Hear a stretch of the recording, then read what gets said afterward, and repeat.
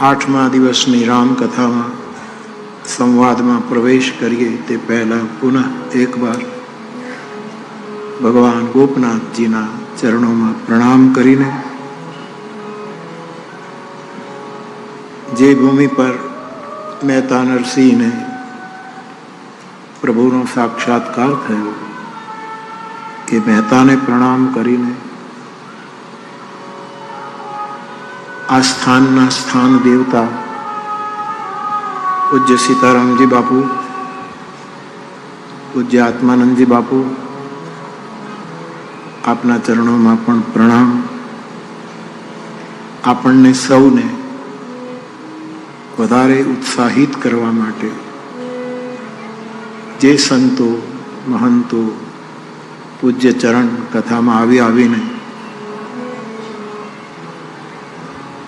પોતાના આશીર્વાદો આપણને આપે છે એવા સૌ મારા પૂજ્ય ચરણોમાં મારા પ્રણામ. યત્ર તત્ર જહાં કોઈ સાધુ સંત, કોઈ કથાકાર, કોઈ વિદ્યાવાન, કોઈ વિદ્વાન, અમારું કથા જગત જ્યાં જે આપ સૌ બેઠા હો સૌને મારા પ્રણામ.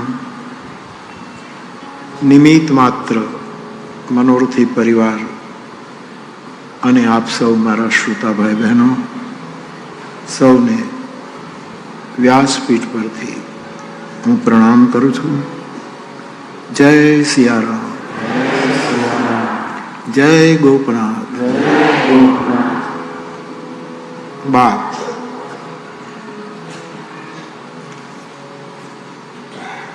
થોડી વાતો છે એને પહેલા લઉં.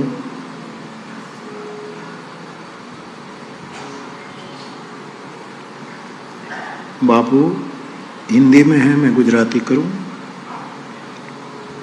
भगवान राम का कल प्राकट्य हुआ तो श्री हनुमान जी महाराज का प्राकट्य उसके साथ हुआ कि बाद में हुआ कि पूर्व में हुआ. આપણી ધારણા પ્રમાણે ખાસ કરીને ગુજરાત અને બીજા પ્રાંતોમાં પણ ભગવાનનું પ્રાકટ્ય રામનવમીને દિવસે થયું, ચૈત્ર શુક્લ નવમી, બધા જાણે છે. આપણી ધારણા પ્રમાણે શ્રી હનુમાનજી મહારાજનો જન્મ જયંતિ આપણે ગુજરાતમાં મોટે ભાગે ચૈત્ર શુક્લ પૂર્ણિમાએ ઉજવીએ છીએ. એનો અર્થ એક જ કાળમાં જો બંનેનું પ્રાકટ્ય થયું હોય તો ભગવાન રામનું પ્રાકટ્ય પહેલા છે અને પછી હનુમાનજી મહારાજનું પ્રાકટ્ય પછી છે. શાસ્ત્ર પ્રમાણે આપણે આગળ એ લોક દર્શન છે, એક બીજું શાસ્ત્ર દર્શન. એમાં હનુમાનજીના જન્મની વાત આસો મહિનાની, આમ યુપીની દ્રષ્ટિએ કારતક થઈ જાય, પણ આસો મહિનાની કૃષ્ણ પક્ષની 14ને દિવસે થયું. બીજે દિવસે અમાવાસ્યા હતી અને સૂર્યગ્રહણનો દિવસ હતો. એટલે જેને આપણે કાળી 14 કહીએ છીએ, હવે જે આવશે એ દિવસે શાસ્ત્ર મત પ્રમાણે હનુમાનજીનું પ્રાકટ્ય થયું. પણ ગ્રંથોમાં હનુમાનજીના જન્મની કથા વિધવિધ મળે છે, સમય નિર્દેશ પણ વિધવિધ છે, સ્થાન નિર્દેશ પણ વિધવિધ છે, માતા પિતાના સંદર્ભો પણ વિધવિધ છે. એટલે ઈતિ કહેવું મુશ્કેલ છે. બાકી હું આપને પૂછું, તમે મને પૂછો છો, પણ હવે હું તમને મિલન, હું તને પૂછું, વાયુનો જન્મ કે દિવસે થયો, કયા મહિનામાં થયો, કઈ સાલમાં થયો, કયા દેશમાં થયો, કોના ઘરમાં થયો, કયો વાર હતો? આ કોઈ મને બતાવશે કે વાયુનો જન્મ ક્યારે થયો? વાયુ સદા સદા જ્યાં સુધી આપણે સ્પેસની અંદર છીએ ત્યાં સુધી વાયુ, સ્પેસની બહાર જતા રહીએ પછી એમાંથી પાછા બીજા ગ્રહ તરફ જઈએ તો ત્યાંનું ગુરુત્વાકર્ષણ પકડે છે. એ તો આખું વિજ્ઞાનનું દર્શન છે. તો વાયુના જન્મની તિથિ ગોતવી મુશ્કેલ છે. તો કદાચ વાયુના દીકરાની જન્મ તિથિ પણ ગોતવી મુશ્કેલ છે. ખેતરને શેઢે એક પથ્થર મૂકીને સિંદૂર ચડાવી દો, હનુમાનજીનો જન્મ. હવે ક્યાં તિથિ ગોતી આપણે? આ ઊંચડીના હનુમાન, ઊંચડીને બે ગામ બહુ સરસ છે. હું ગયો ઊંચડી, ઘણી વખત ઊંચડી આવ્યો, પણ મેં એક જ ગામ ઊંચડી, પણ એની બાજુમાં એક ગામ છે નીચડી. એટલે મેં કીધું આ કેવું છે? ને નીચડીના ભાઈઓ મને મળ્યા પણ ખરા. નીચડી ગામ છે ને ભાઈ બાપુ? નીચડી ગામ, ઊંચડી ને નીચડી. આના ઉપર તો કવિતા થઈ શકે, ઊંચડી નીચડી. પછી એમાં ઘણું કવિઓ બહુ કરી શકે. તો બા એ તળાવની પાળે હનુમાનજી બેઠા છે તે, અથવા તો યત્ર તત્ર. તુલસીદાસજીએ બહુ મોટું કામ કર્યું. 500 વર્ષ પહેલા ગામડે ગામડે હનુમાનજીની સ્થાપના, તુલસીનું કાર્ય રહ્યું. જેમ લોકમાન્ય તિલકે ગામડે ગામડે ગણેશની સ્થાપના કરી દીધી, ગણેશ ઉત્સવ કર્યો, એમ શ્રી હનુમાનજી મહારાજની સ્થાપના સંકટ મોચન કાશીથી લઈને એ કાળે બધે એ તુલસીનો પ્રભાવ છે. તો બે, એક તો ચૈત્ર સુદ પૂનમ અને બીજી આસો વદ 14 હનુમાનજીના જન્મ દિવસ માટે લોકમત અને વેદ મત આને કહી શકાય. આ બે મત આમાં આપણે સ્થાપી શકીએ. બાકી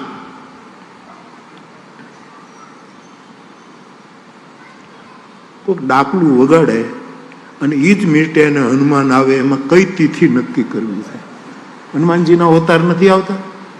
ડાકલું વગાડે હનુમાનજીનો કોઈ બોલે તો ઘણા લોકો ધૂણવા માંડે છે આપણા ગામના, એ ત્યારે જ અવતાર થયો. અમારે મહુવા પાસે ભેંસલા હનુમાન છે. ભેંસલા ચીમનભાઈ ભેંસલાની કથાઈ માંગી છે કે ભેંસલા હનુમાન છે. ત્યાં મેં જોયું છે, અમે નાનપણમાં જતા, ત્યાં પણ ખૂબ જરાક કાંઈક કરે તો એકદમ, તો હનુમાનજીના સ્થાનમાં ક્યારેક કોને હનુમાન આવે એ કાંઈ કહેવાય નહીં, એના ખાલી અનુમાન કરાય. હનુમાનનો અનુમાન થાય, ઇતિ કહેવું મુશ્કેલ છે. તો રામના પ્રાકટ્ય વખતે હનુમાનજી નથી આવ્યા, પણ ચાલ બેટા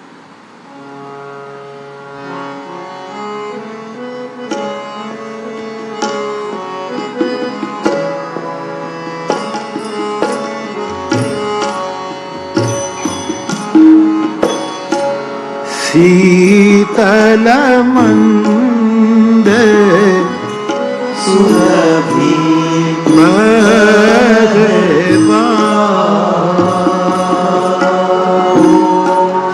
હર્ષિત સુર સંતન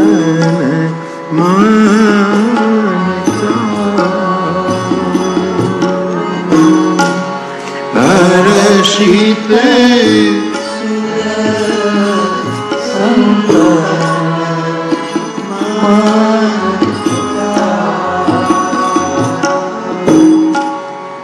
તો મંદ સુગંધ અને શીતલ પવનના જે 3 ગુણો છે સ્વાભાવિક, અથવા તો ગુણની સ્વભાવ છે પવનનો, એ ત્રણેય વસ્તુ રામના પ્રાકટ્ય સમયે પહેલા આવી છે એવું લખ્યું છે. અને વાયુદેવ આવ્યા એટલે જોઈને સૌથી પહેલો હર્ષ, હર્ષિત સુર, દેવતાઓને હર્ષ થયો. અને મોટે ભાગે સાધુ સંતોને હનુમાનજીનું પ્રાણ બળ હોય છે, એટલે સંતન મન ચાવ, સાધુઓને બહુ આનંદ થયો, ચાવ થયો મારો હનુમાન. એટલે વાયુ આવ્યા, તો વાયુપુત્ર હનુમાન આવ્યા એમ હું તમને સ્પષ્ટ ન કહી શકું, પરંતુ વાયુદેવ ભગવાનના પ્રાગટ્ય પહેલાની પંક્તિઓમાં આવ્યા છે. ત્યારે અંતર્યામી સર્વગત સર્વપર પરમાત્મ તત્વએ વાયુદેવને પૂછ્યું કે આપ આવ્યા એટલે મારી સેવામાં આપ રહેશો?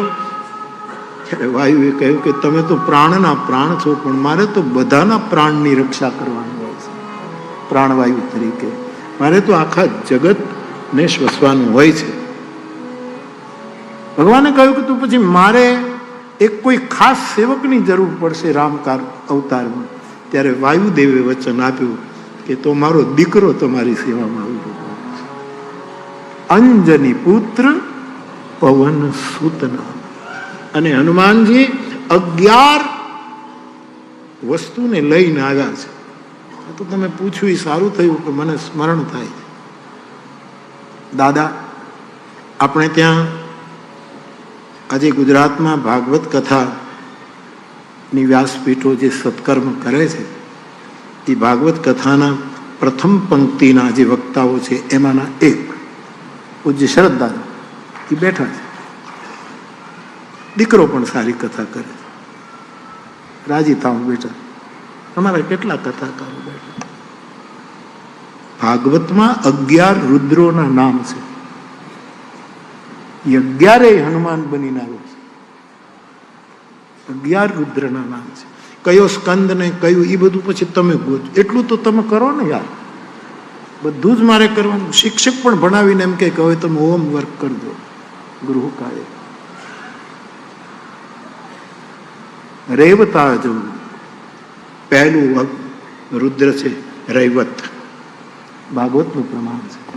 દાદા ક્યાંક ચૂકું તો મને કહેજો. રૈવત, રૈવતનો રેવ શબ્દનો અર્થ સંસ્કૃતમાં જ્યારે મેં જાણ્યું, રેવનો અર્થ છે વેગ. વેગ મનોજવમ મારુત તુલ્ય વેગમ. ભાગવતના 11 રુદ્રમાંનો પ્રથમ રુદ્ર રામકાળમાં વાયુની આજ્ઞાથી સેવક તરીકે વાયુનો પુત્ર વેગવાન મનોજવમ મારુત તુલ્ય વેગમ જીતેન્દ્રિયમ બુદ્ધિમ, એ હનુમાનજી પહેલો રુદ્ર વેગવંત બનીને આવ્યો છે. કેવો વેગ એનો સાહેબ!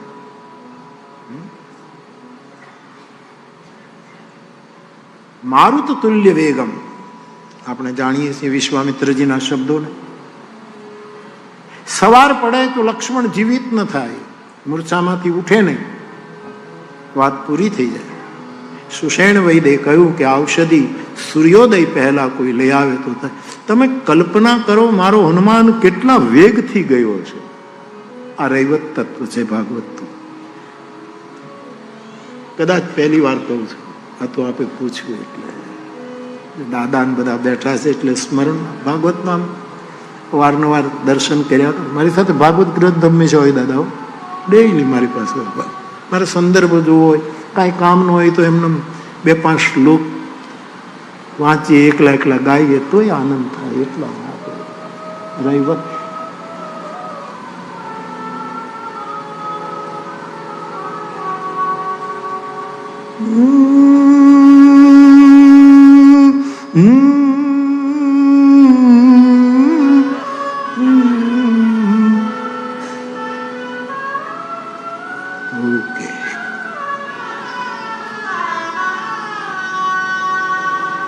બાપ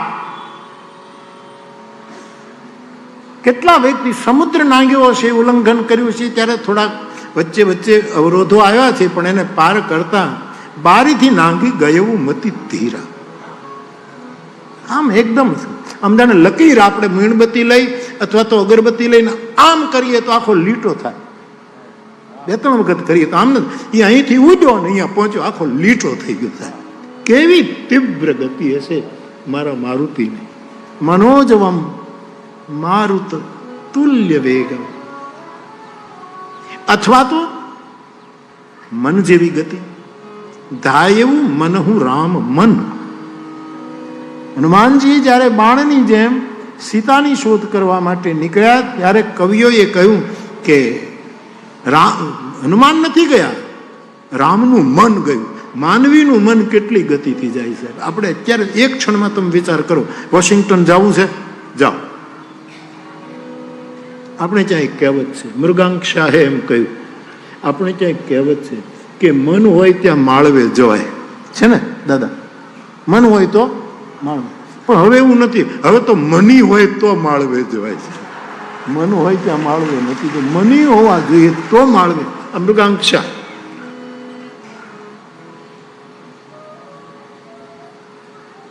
મનના વેગથી ધાયવું મનહી મનહુ રામ મન. તો ભાગવતનો જે રૈવત શબ્દ છે, 11 રુદ્રનું જે પ્રથમ પગલું છે, એ મારા હનુમાનમાં દેખાય. એ રામની સેવા માટે એમના પિતાના આગ્રહથી ધરતી ઉપર આવ્યા છે. ક્યારે આવ્યા, કેમ આવ્યું, એમાં બહુ ન છે, પણ આવ્યા અને આજ સુધી બેઠો છે. બીજો શબ્દ ભાગવતકારે વાપર્યો, અજ. અજ, અજનો અર્થ થાય જેનો જન્મ નથી. હનુમાનજી જન્મ લેવા જ નહોતા માંગતા.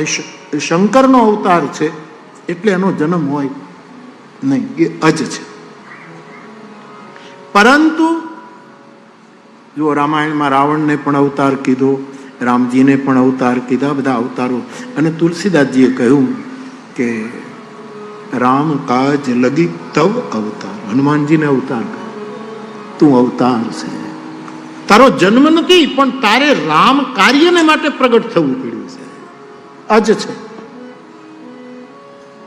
શંકર અજન્માનો લોકા પુષ્પદંત કહે છે, બિલકુલ અજન્મા. અજની વ્યાખ્યા ગુરુ કૃપાથી આવી થઈ શકે.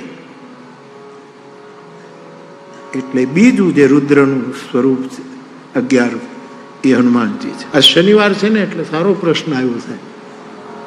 થોડુંક તેલ ચડાવી દઉં, સિંદૂર ચડાવી દઉં સાહેબ મહાદેવને, થોડુંક સ્નેહનું તેલ ચડાવી દઉં અને સમર્પણનો સિંદૂર ચડાવી દઉં સાહેબ.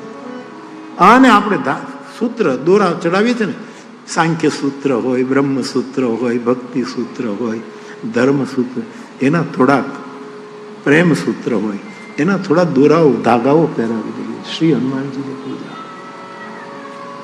અજ, એ અજન્મા છે. કાગભૂષણજી કહે છે, તું અજ પણ છે. તું તારામાંથી જ પ્રગટ્યો છો. તારે માતા પિતાની જરૂર નથી, તું તારામાંથી જ પ્રગટ્યો. નિજમનો એક અર્થ એમ છે, તું તારામાંથી જ જન્મ્યો છે, તને કોઈ ઉપકરણની જરૂર નથી. તું તારામાં સમાય છે. પરપોટો પાણીમાંથી ઉઠે ને પાછું ફૂટી જાય, એમાં વયો જાય. તું જ્યાંથી ઉત્પન્ન થયો એમાં પાછું સમાય જાય. હું નાનો હતો, આપણા ગામડાના માણસોને, દીકરીઓને, ભાઈઓ બહેનોને બધાને ખબર હશે કે ગામડામાં ઘર હોય, ઓસરી હોય, ગામડાની રીતે બધું હોય. બળદ બાંધ્યા હોય, ભેંસ બાંધી હોય, ગાય બાંધી હોય, અને માટી હોય ને એમાં કંઈક એવા જીવો થાય. અને અમે રોટલો લેવા જઈએ કે લોટ લેવા જઈએ, માંગવા જઈએ, ગરદણી કે એમ કે બાપુ 2 મિનિટ ઉભા રહો ને, જરાક હમણાં આપે. હા, તમારા બેન અહીંયા પાણી ભરવા ગયા છે, આવે એટલે પછી આપે. ત્યારે મારો પોતાનો અનુભવ છે કે આપણે ત્યાં બેઠો, એને હાવ કોમળ, પાવડર એની આગળ કાંઈ નહીં, એવી માટીની નાની નાની બેરડીઓ થાય, નાની નાની નાની, અને એમાં એક જીવડું રહે. આ મારા કરેલા પ્રયોગો. એની પાછળ ઓલો સમય જ્યાં સુધી બેન ન આવે ત્યાં સુધી આપણે બેસવું પડે. એમાં એ આમ ટેકરી હોય, નાની એવી ટેકરી હોય, એલચી જેવડી, એલચીથી મોટી, વધારે વધારે સોપારી જેવડી હોય. એની પાસે જઈને એમ કહી, ગુગા ગુગા ગુગા, તો હળવળાટ કહીને ગુગો નીકળે. નીકળે ખરો, આપણે બોલતા બંધ થઈ એટલે ગુગો પાછો નિજમાંથી જન્મે એને નિજમાં પૂરું થાય. નમામિ શમીશાન નિર્વાણ રૂપમ વિભુમ વ્યાપકમ બ્રહ્મ વેદ સ્વરૂપ નિર્ગુણમ નિર્વિકલ્પમ નિરીહમ ચિદાકાશમાકાશ વાસમ ભજે. શિવનો મહિમા દુનિયામાં છે એટલો કોઈનો નથી. એટલું પાપ મહાદેવનો જેટલો. હું રામને ગાઉં છું, કૃષ્ણ મારો બાપ છે, અમે નિંબારકી, પણ મહાદેવ આડો આંખ છે, ગજબ છે. જટાજૂટ મધ્યે સ્ફુરદગાંગવારી, શંકરાચાર્ય કહે, જટાજૂટ મધ્યે સ્ફુરદગાંગવારી, તારા જટાના જૂટની વચ્ચે ગંગાવારી, ગાંગવારી. મહાદેવમેકમ સ્મરામિ સ્મરામિ, મહાદેવમેકમ સ્મરામિ, નમસ્તે નમસ્તે વિભો વ્યોમ મૂર્તિ. શંકરાચાર્ય કહે, નમસ્તે નમસ્તે વિભો વ્યોમ મૂર્તિ, નમસ્તે નમસ્તે ચિદાનંદ મૂર્તિ, નમસ્તે નમસ્તે તપોયોગ ગમ્યમ અને નમસ્તે નમસ્તે શ્રુતિ જ્ઞાન ગમ્ય મહાદેવ મેકમ સ્મરામી સ્મરામી સ્મરામી. એવો ગોપનાથ બેઠો છે સાહેબ, એના આંગણામાં આપણે કથા મળી. મહાદેવ મહાદેવ.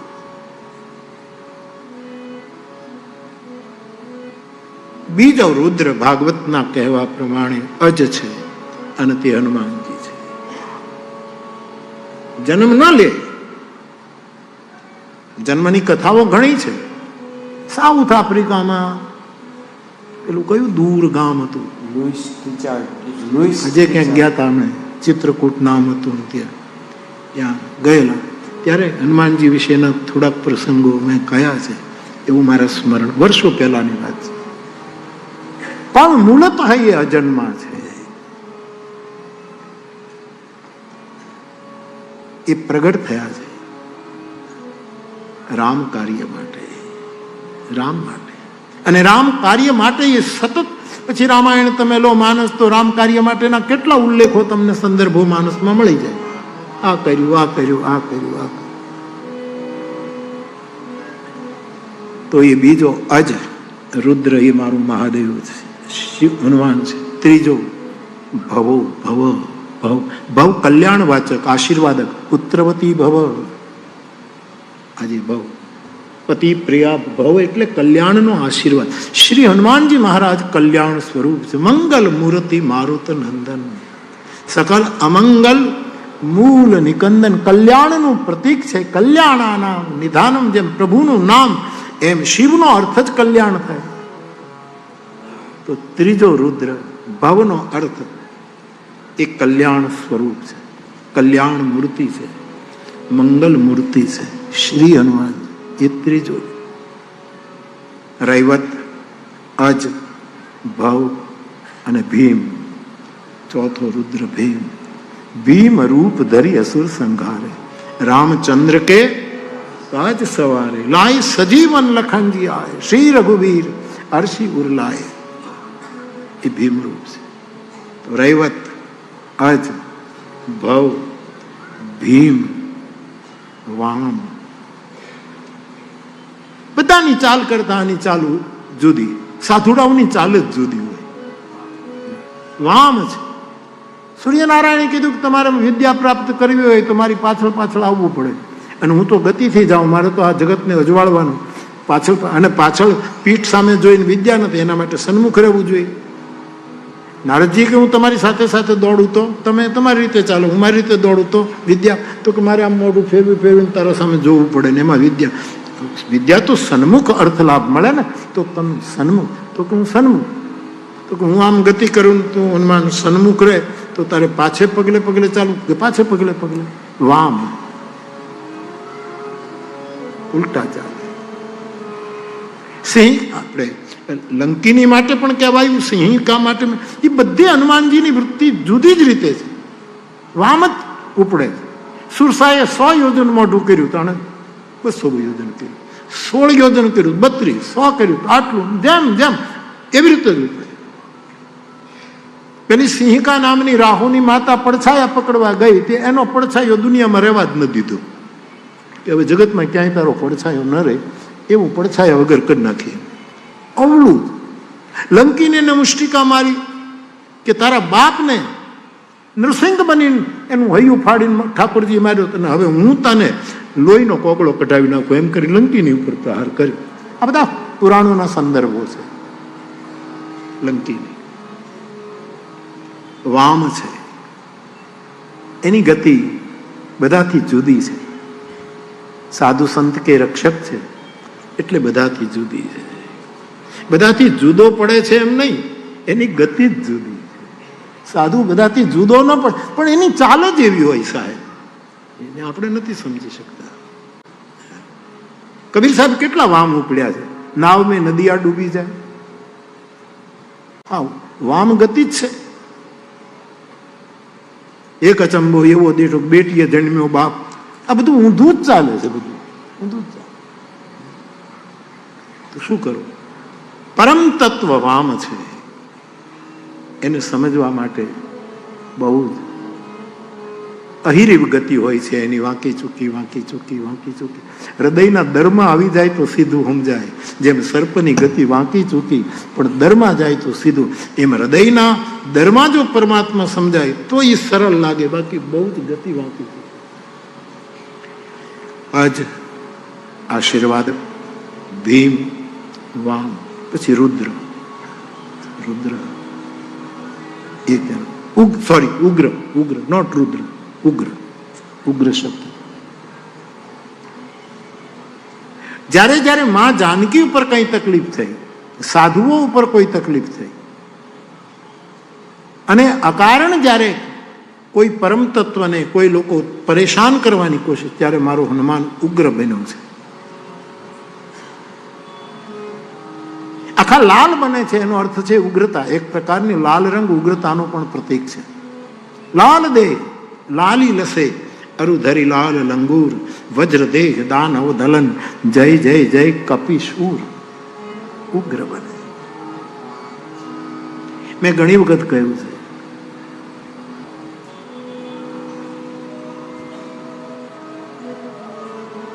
અને છતાંય સંયમ, મર્યાદા, વિવેક એ તો કોઈ હનુમાનજીથી શીખે. તો વામ છે, ઉગ્ર છે. વૃષકાપી, વૃષભ એટલે ધર્મ, નંદી જેની ધર્મની સવારી, શંકરનો સંદર્ભ છે, શિવરૂપ છે, ધર્મ ધુરંધર છે. શ્રી હનુમાન ધર્મની ધૂસરી લઈને ચાલે છે, એટલે એના માટે એ પણ શબ્દ. અજૈક પાદ, હું ના બોલતો અજૈક પાદ. દાદા મને આ ભાગવતકારો ઘણા બેઠા, કાલે આ શ્લોક કાઢી, નહીતર મારે ગોતવો પડશે, મને મોકલી દેજો. અજૈક પાદ, અજૈક પાદ એટલે બકરીના જેવા પગલા. બકરીના પગલા નાના હોય, હનુમાનજીના પગ નાના નથી. હનુમાનજીનું જે સ્વરૂપ છે, એનું જે પ્રમાણ ભાન હોય, એના હાથ પગ, એનો ચહેરો, એ બધું જે સ્વરૂપ હોય, એમાં એના પ્રમાણ ભાન સાથે શિલ્પી મૂર્તિ બનાવે અથવા ચિત્રકાર ચિત્ર બનાવે. એ નિયમ છે. અત્યારે ઘણા લોકો નથી, એક ધંધો થઈ ગયો એટલે મૂર્તિ એવું બનાવે કે હનુમાનજીને બનાવે તો હાવ ઠીંગણો બનાવે. એનું પ્રમાણ માન તો તમે જુઓ. કોઈ બાપુ પ્રણામ, કોઈ મહાત્માને કોઈ ઋષિમુનિનું કરે તો એના પગ આવડા નાના, આપણા વેણના જેવડા પગ હોય. અરે સાધુના, મહાત્માઓના આજાન ભુજ હોય. એ પ્રમાણ ભાન છે, એના ભુજ કેવા હોવા જોઈએ. એની ઝીણી ઝીણી માજાર આંખ્યું ન હોય સાહેબ. કોઈ સાધુ સંત અને પરમ તત્વની મૂર્તિ બનાવો તો એની આંખો નયન વિશાલ, એનો દ્રષ્ટિકોણ, એની દ્રષ્ટિ, આ બધા પ્રમાણ ભાન છે. પણ હવે તો બધું વેપાર ચાલ્યો ને, ગમે તે મૂર્તિ બને. આ તો સારું થયું અયોધ્યામાં જે મૂર્તિ, નહીતર બીજી જે એક મૂર્તિ પસંદ થઈ હતી, આ ટ્રસ્ટીઓને હું વંદન કરું. મેં તો સંપત સાહેબને પણ કહેલું કે અયોધ્યામાં જે રામલલાની મૂર્તિ બાપુ પધરાવી, ત્યારે બીજી ત્રણના ઓર્ડર આપેલા, અને બીજા જે મૂર્તિઓ હતી એ મૂર્તિઓ જ નહોતી. મને ચિંતા થતી હતી જ્યારે છાપવામાં આવ્યું મૂર્તિઓ આમાંથી પસંદ થશે. મેં કહ્યું કે આ જો બીજી મૂર્તિ, કારણ કે હવે ટ્રસ્ટીઓને તો શું કાંઈ બહુ એટલી બધી નજર ન હોય, એને તો બધા ઉપર નજર રાખવાની હોય કે કોણ જેમ્યા, કોણ નથી જેમ્યા, કોને ઉતારા મળે. એ એની સેવા છે, એ એનું કામ છે. બધાને પાસે દ્રષ્ટિ હોય એવું બને નહીં. એટલે મને ખરેખર આ તો મારી વાત. પછી જ્યારે નિર્ણય થયો, ત્રીજી મૂર્તિ પણ મેં, એ જે અત્યારે બિરાજમાન છે, મુસ્કુરાતી હુઈ મૂર્તિ, અને જ્યારે કમિટીએ એ મૂર્તિ, ત્યારે મને એમ થયું કે બહુ સારું કામ કર્યું. હા, જો રામલલાની મૂર્તિ છે, એનું પ્રમાણ ભાન હોય છે. રાવણની મૂર્તિ તમે બનાવો તો આવડો એવો બનાવાય? એનું હનુમાનજી હેમ શૈલાભ દેહમ, વિશ્વામિત્ર તુલસીદાસજી એનું માપ આપી દીધું છે. તમારે હનુમાનની મૂર્તિ બનાવે હેમ શૈલાભ દેહમ, એવું બનાવવું જોઈએ.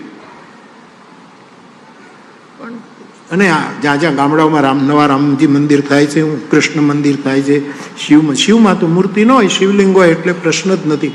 પણ મારે ગામડાઓને પ્રાર્થના છે કે કેટલા લોકો મારી પાસે આવે છે કે અમારા ગામમાં જીર્ણોદ્ધાર છે તો જીર્ણોદ્ધાર થાય છે તો હું રાજ પછી પૂછું મૂર્તિ જૂની કે નવી? તો કે નહીં બાપુ હવે મૂર્તિ તો નવી મૂર્તિ લાવો ને તો હું કાંઈ સલાહ દેવા યોગ્ય નથી, પણ મને પૂછજો કે મૂર્તિ કઈ લેવાય, કારણ કે પછી 100-150 વર્ષ સુધી આપણે એને ભજવાનું, અને ત્યાં તો 4થી 5મી પેઢી આવશે એ વળી પાછો પુનરુદ્ધાર કરશે. પણ સનાતન ધર્મ માટે તમે ગમે તેવા ઢીંગલા લાવીને બેસાડી દો એ બરાબર નથી. હનુમાનના પગ બકરીના પગ જેવા ન હોય. અહીંયા અજૈક પાદ આ વસ્તુ નથી, એક સાંકેતિક છે. અમારે હનુમાનજીની મૂર્તિ બની જ્યારે પેલા શું નામ એનું તો ભૂલી ગયો, કે બનાવતો જ રહ્યો, કેટલા વર્ષ સુધી બનાવી. હું ના જ પાડું, નહીં મને અહીંયા દેખાય એવો થશે તે દિવસે તારે જેટલા રૂપિયા લેવા એટલા લે, બાકી હું કંટાળતો નહીં. ચાલ્યા જ કર્યું.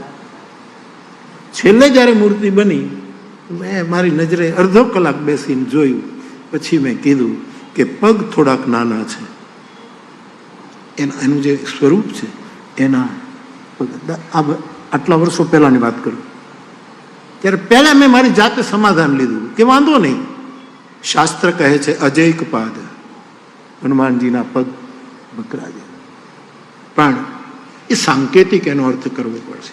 એના પ્રમાણભાન પ્રમાણે ચરણ હોવા જોઈએ, કારણ કે કૃપા હંમેશા ચરણ દ્વારા થાય છે. ભય સુખી ભયવું પ્રભુ ચરણ પ્રસાદ. કૃપા હંમેશા, જ્યારે મૂળ કૃપા જેને કહેવાય એ હંમેશા રામચરિતમાનસમાં તો હું કેટલા સ્થાનો નિર્દેશ કરી શકું કે ચરણ દ્વારા જ કૃપા થઈ, ચરણ દ્વારા જ કૃપા થઈ, ચરણ કૃપા. કારણ કે આંખો ત્યાં બેઠી બેઠી જુએ પણ આપણી હારે ન આવે. આપણે થોડાક ઓજલ થઈ એટલે આંખો આપણને જોતી બંધ થઈ જાય. આપણી નજીક બેઠો હોય તો હાથ કૃપા કરીને આપણને અડે, માથા ઉપર હાથ મૂકે, નજીક હોય, પણ આપણે દૂર જઈએ અને ચરણ એ તો દૂર જાય તો પણ ફરીને પાછા આપણી પાસે. સુખી ભયવું પ્રભુ ચરણ પ્રસાદ. પ્રસાદ એટલે કૃપા. બીજું સાંકેતિક અર્થ એ પણ થઈ શકે કે બકરીના પગ હંમેશા નાના હોય, બરાબર ને? આપણે ગામડાને કઈ સમજાવું એટલે બકરી દોડે બહુ, બકરી બહુ દોડી શકે, સડસડાટ ભાગે, એ ધીમે ચાલે પણ એનામાં જોમ છે, ઉર્જા છે, એ બહુ દોડી શકે. મારો હનુમાન ધાવન છે, અને તેથી ચરણ નાના બતાવીને એને જે દોડવાની સ્પીડ બતાવવી છે, અથવા તો જેને પોતાનું સ્થાન બહુ નાનું દેખાય ને એ મોટો માણસ, ગમે ત્યાં મોટા સ્થાન ઉપર બેઠો હોય પણ પોતાનું પદ નાનું છે એ નાનો બનીને જીવે, એ માણસ હનુમાન જેવો થઈ શકે. બાપુ મને સ્વામીજી કાલે બહુ સરસ વાતો કરતા. આપે કહ્યું ને કે બાપુ પુરસ્કાર વ્યક્તિત્વમાં વધારો કરે કે વ્યક્તિત્વ પૂરું કરે? બહુ સારો પ્રશ્ન બાપુ. આપણને કોઈ પુરસ્કાર મળવા જોઈએ યોગ્ય વ્યક્તિઓને, આપણે રાજી થઈએ, એ બધું એક બાપુ પ્રણામ એ થવું જોઈએ. પરંતુ એક વસ્તુ સ્વામીજીએ મને સરસ પૂછ્યું, મેં 1 મિનિટે જવાબ આપ્યો કે પુરસ્કાર વ્યક્તિત્વનો વિકાસ નથી કરતો, વ્યક્તિત્વનું પૂરું કરી નાખે છે. એક ઉર્દુ શાયરનો શેર હતો તલગાજડા, કે પદ મળ્યા પછી મારું કદ ઘટી ગયું છે, નહીતર આ પદ કરતા મારું કદ ઘણું. એ થવું જોઈએ, બધું અપાવવું જોઈએ, અને એ આપણો વિવેક છે કે આપણે આ બધું કરવું જોઈએ જે તે ક્ષેત્રના મહાનુભાવ. પણ કેટલા લોકો ઉતાવળા થયા હતા નોબેલ પ્રાઇઝ માટે, કેટલા ઉતાવળા થયા, કેટલા ઉતાવળા થયા, અને હાવ ત્રીજું જ નીકળ્યું લ્યો આજના છાપામાં. એવું થઈ ગયું. પદ તો આપણે ગમે તેટલા પદ પ્રતિષ્ઠિત હોઈએ તો એ પદને નાનું ગણવું. પદ નાનું છે. જેની કૃપાથી, જેના ચરણના કૃપાથી મને આ સ્થાન મળ્યું એ બહુ મોટો છે. આ સ્મૃતિ આપણા મનમાં રહેવી જોઈએ.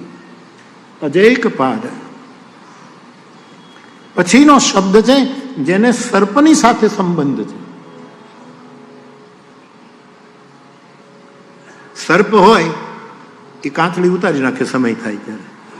હનુમાનને જ્યારે સમય થયો બધું છોડી દીધું, બધું જ મૂકીને એકલો વૈરાગી. તુલસીદાસજી એટલે એને વૈરાગ્યનું સ્વરૂપ દે, બધું મૂકી.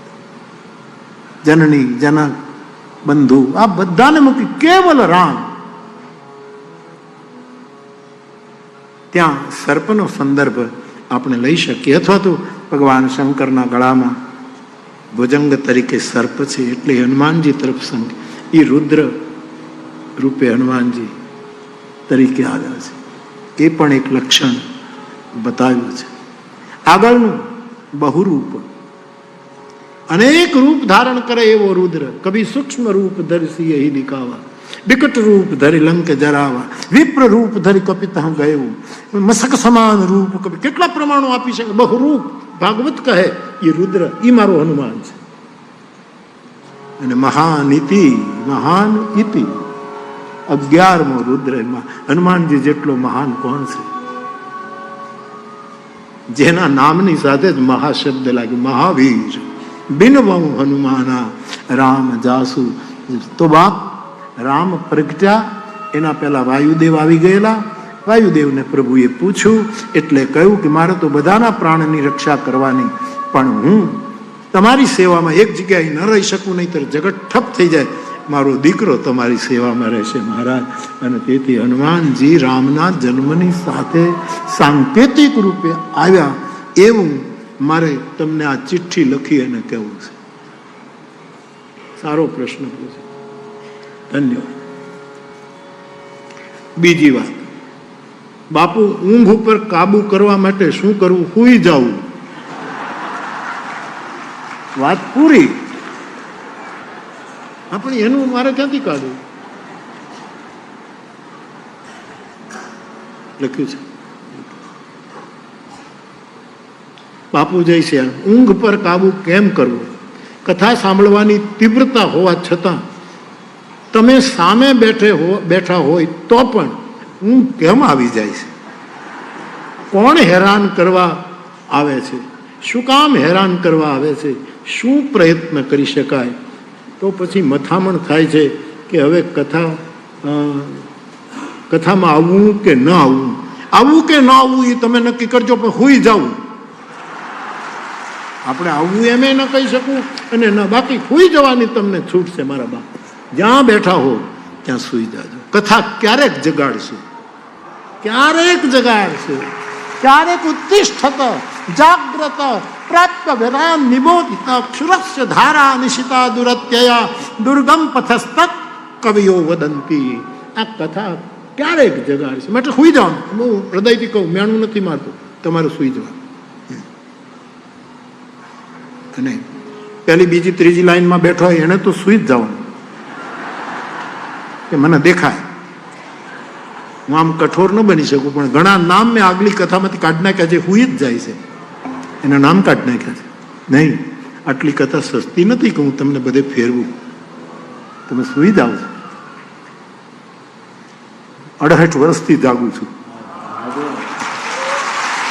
આટલા વર્ષથી, when I was 14, ત્યારથી કથા કહું. મારા બધા જ મહાપુરુષો વર્ષોથી વ્યાસપીઠ લઈ અને જગતને જગાડવાના પવિત્ર પ્રયત્નો કરી રહ્યા છે, પણ છતાંય આપણને કોઈ વાંધો નથી. સૂઈ જવાનું. એમાં શું? સંસારમાં શું શોધ? કોઈ નહીં જગાડે, ગોદડું વધારે ઉઢાડી દેશે કે આને જગાડે કોઈ ફાયદો નથી, ભલે ઘોર તો. કારણ કે આપણને જગાડવાથી કોઈ હારા ન થાય. ઘણા કે શું તો રહેવા દેવું નથી. તુલસીદાસજીએ લખ્યું છે કુંભકર્ણ સમ સોવત નીકે. આ મારા શબ્દો નથી તુલસીના, કે અમુક લોકો કુંભકર્ણની જેમ સૂતેલા સારા. નીકે, અચ્છા, કુંભકર્ણ સમ સોવત નીકે. તો કોઈ એવું નહીં માનવું ઊંઘ આવી જાય. આવે ઊંઘ આવે. હવે એના કારણો તમને બતાવું. તમારી પાસે શું કારણ છે એને મને. પહેલું કારણ, ઉંમર પણ કારણ હોઈ શકે. ઉંમર કારણ હોય છે, એક કારણ. બીજું, તમે થાકી ગયા હો, એ પણ કારણ હોય છે. કથામાં બિલકુલ ફ્રેશ થઈને આવો સાહેબ. મેં ઘણાને જોયા છે સાહેબ કે કથામાં હોઈ જાય છે, પણ રૂપિયા ગણતા હોય ત્યારે તો એવા જાગતા હોય છે સાહેબ. અને આ પછી મારે ગાવું પડે, મારે આ બધું કોને કહેવું? હાલો. રોઈ રોઈ કોને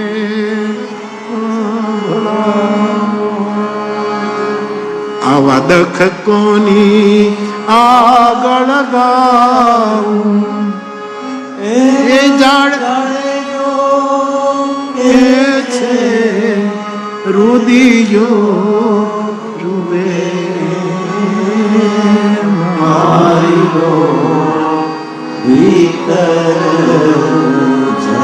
ઊંઘ આવવાનું એક ચોથું કારણ કે જે વક્તા બોલે એ તમને ખબર હોય કે હવે આમ બોલશે, હવે આમ બોલશે. તમે ઘણી કથા સાંભળ્યા પછી તમે યુઝ ટુ થઈ ગયા હો અને તમને એમ થાય એ વખતે જે થોડીક અરુચિ જાગે એ તમને જોલું કરાવી દે છે.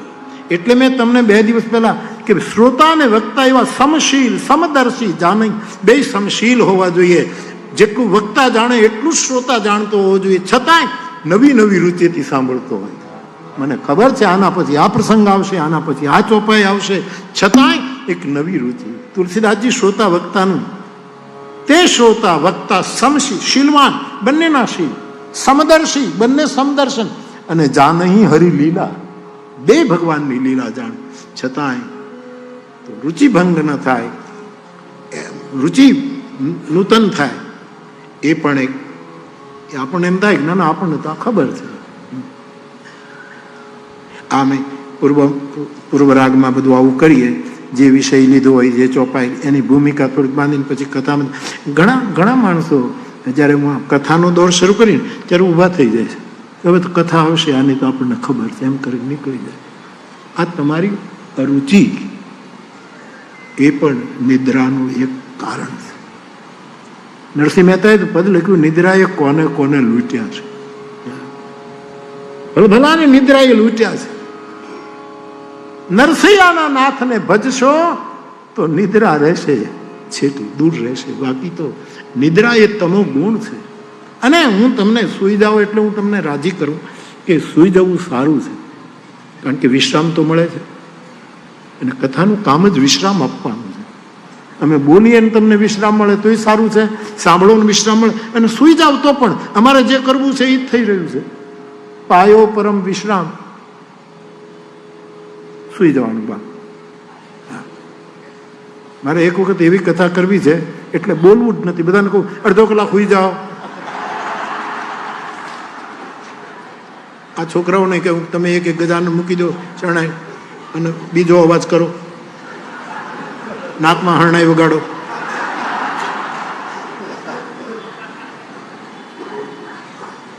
હું તો ત્યાં સુધી અત્યારે બધી છૂટ, પણ ભગવત કથા સાંભળો ત્યારે તમને બીજી પ્રવૃત્તિમાં મગજ જ ન જવું. એ શ્રવણ છે. શ્રવણને જ્યારે વ્યાસ ભગવાન, મારો સુખદેવ ભગવાન જ્યારે પહેલી ભક્તિ કહે છે ત્યારે એની પાછળ એનું જબરદસ્ત મનોમંથન છે. પહેલી ભક્તિ શ્રવણમ. તમે સાંભળતા હો તો જ કીર્તન કરી શકો ને. હોઈ ગયા હો તો કેમ કીર્તન કરે? એ તો એટલે તાળીઓ પડાવી એટલે એક બધાને કોણી અડે. ક્ષમા કરજો, આટલા વર્ષોથી જે સૂઈ જાય છે એના નામ મેં કાઢી નાખ્યા છે. અમે કઈ દાડીએ નથી રાખ્યા તમને. ઘણાને ખરાબ લાગશે કે અમે આટલા વખત, પણ તમે પૂતા જ છો. ઘણાએ તો કથાઓ કરાવી છે, તેથી શું થયું? તેથી શું થયું? અમારા ઉપર ઉપકાર કર્યો છે. તમારા માવતરને અમે તાર્યા છે, તમારી પેઢીઓ અમે તારી, તમારી પાસેથી કાંઈ લીધા વગર આ મહાન કાર્યો થયા છે. પણ કોઈ સૂઈ જાવ, વાંધો નહીં, કોઈ ચિંતા. તમે રાતે નથી સૂઈ શકતા અને કથામાં ભર બપોરે તમને હુવડાવી દઈએ તો આ જેવો તેવો ઉપકાર છે?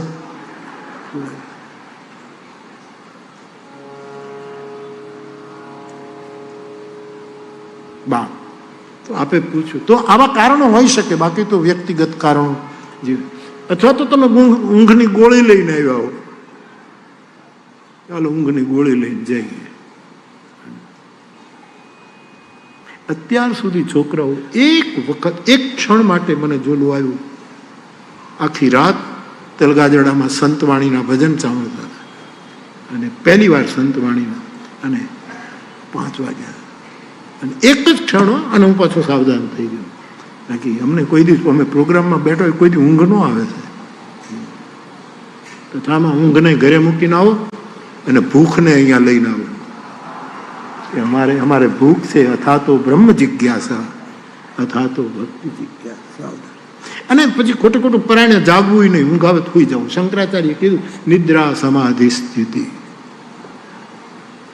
આ આખી માનસ પૂજા કેટલી મોટી શંકરાચાર્ય ભગવાને લખી છે, તમે કરો નિદ્રા. તો જે પૂછાયું છે એનો મારું કે આમાં કોણ હેરાન કરે છે? તમો ગુણ હુવડાવી દે એ નિયમ છે. શું કામ હેરાન કરે છે? તમે હેરાન કરવા જેવા છો એટલે. શું પ્રયત્ન કરી છે? એક જ પ્રયત્ન, સુઈ જવાનું. અને આજુબાજુમાં કોઈ સુઈ જાય તો તમારે પાણીની બોટલ એની બાજુમાં મૂકી દેવી, જગાડવાની. જાગે ત્યારે કહેવાનું, લે મોઢું ધોઈ લે, કોગળો કરી લે. અહીંયા તો કોઈ સૂતું જ નથી સાહેબ, એ ભગવાનની કૃપા છે. આ તો હિંમત કરીને એક શ્રોતાએ પૂછ્યું એટલા માટે મેં કહ્યું.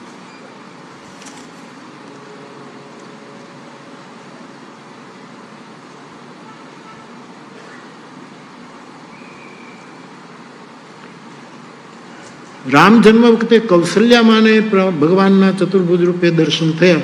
દશરથજીને નથી, દશરથજીનો પુત્ર વિષયક પ્રેમ છે, એનો સ્પષ્ટ ખુલાસો માનસમાં. સુત વિષયકતા ઉપદ રતી હોય, મને એ પરમાત્મા તારા ચરણમાં પુત્ર, એટલા માટે એને બ્રહ્મ દર્શન નથી થયું. પણ માં તો જગદંબા, એને તો કેટલી વખત દર્શન થયા બ્રહ્મ. કૌશલ્યાનો જે 6 પ્રકારનો વિવેક તુલસીદાસજીએ લખ્યું છે, ષડ વિવેક સંપન્ના આ મહિલા છે, એટલે એને ચતુર્ભુજ પછી વિશ્વરૂપના દર્શન પણ થયા છે. મતંગ ઋષિએ શબરીને કહ્યું, આ ગામડાના પ્રશ્નો છે એટલે હું લઉં છું. મતંગ ઋષિએ શબરીને કહ્યું હતું કે તારા આશ્રમમાં ભગવાન રામ આવશે, તો શું ત્યારે ભગવાનનો ધરા ઉપર માનવ જન્મ થઈ ચૂક્યો હતો? આવે ત્યારે ને થઈ ચૂક્યો, પણ શબરી બહુ વૃદ્ધા છે, ભગવાનનો અવતાર થઈ ચૂક્યો, પછી ભગવાન આવ્યા એટલે એની પ્રતીક્ષા ફળી છે. તો શું ત્યારે ભગવાનનો અવતાર ધરા ઉપર થઈ શક્યો હતો? હા, થઈ શક્યો હતો. પૂરું કરો. લાલજીભાઈ પ્રજાપતિ, ગામ ફાચરિયા, એની આ છીટ થઈ ગયો હતો બાપા. આપણા પહેલા થઈ ગયો હતો. આ પૃથ્વી પર ભગવાને મનુષ્યનું સર્જન શું કામ કર્યું છે? શું આ પૃથ્વીને સુંદર બનાવવા માટે, કે પછી અમે મજૂરી કરીએ છીએ પથ્થર તોડવા માટે, કે પછી ખેતી કરવા માટે, કે પછી માણસથી પ્રગટે ને જગતનું વૃદ્ધિ કરવા માટે, મોજ કરવા માટે? આમાં કાંઈ સમજણ પડતી નથી. તો બાપુ વાત ઉપર કાંઈક પ્રકાશ પાડજો ને. જય શ્રી કૃષ્ણ.